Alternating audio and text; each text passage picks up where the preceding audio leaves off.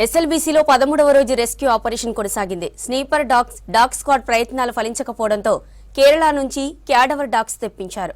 గతంలో కేరళ, వయనాడ్లో ఇవి కీలక పాత్ర పోషించాయి. కొండ చర్యలు విరిగిపడడంతో మట్టిలో కూరుకుపోయిన డెడ్ బాడీలను గుర్తించాయి క్యాడవర్ డాగ్స్. దీంతో వీటిని రెస్క్యూలో ఉపయోగిస్తున్నారు. ఎన్డీఆర్ఎఫ్ సిబ్బంది కేరళ నుంచి వచ్చిన క్యాడవర్ డాగ్ స్క్వాడ్స్ తో కలిసి టన్నెల్లోకి వెళ్లారు. డాగ్లను ఎక్కడి నుంచి తీసుకువెళ్లాలి, ఏ ప్రాంతంలో చూపించాలి అనే విషయాన్ని పరిశీలించారు. రేపు ఉదయం క్యాడవర్ డాగ్లను వారి స్క్వాడ్స్ తో టన్నెల్లోకి పంపి గాలించనున్నారు. మరోవైపు ఎస్ఎల్బీసీ టన్నెల్లో సహాయక చర్యలను పరిశీలించారు national disaster management authority secretary colonel Kirti Pratap Singh. Delhi నుంచి వచ్చిన ఆయనకు 13 రోజులుగా జరుగుతున్న రెస్క్యూ ఆపరేషన్ వివరించారు అధికారులు. టన్నెల్ లోపల 13.65 కిలోమీటర్ల ప్రాంతంలో రాళ్లు, మట్టిపడి దాదాపు 150 మీటర్ల పొడవున్న టన్నెల్ బోరు మిషన్ పూర్తిగా ధ్వంసమైందని, అందులోనే 8 మంది ఇరుక్కుపోయారని చెప్పారు.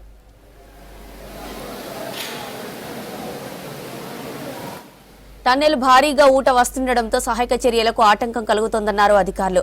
టీబీఎంను కొద్దిగా కట్ చేస్తూ కార్మికుల కోసం అన్వేషిస్తున్నట్టు తెలిపారు. కార్మికులను గుర్తించడానికి కేరళ నుండి క్యాడవర్ డాగ్స్లను రప్పించినట్లు వివరించారు. కన్వేయర్ బెల్ట్ సైతం పనిచేయడం ప్రారంభమైందని, మట్టిని దీని ద్వారా బయటకు పంపిస్తున్నామన్నారు అధికారులు.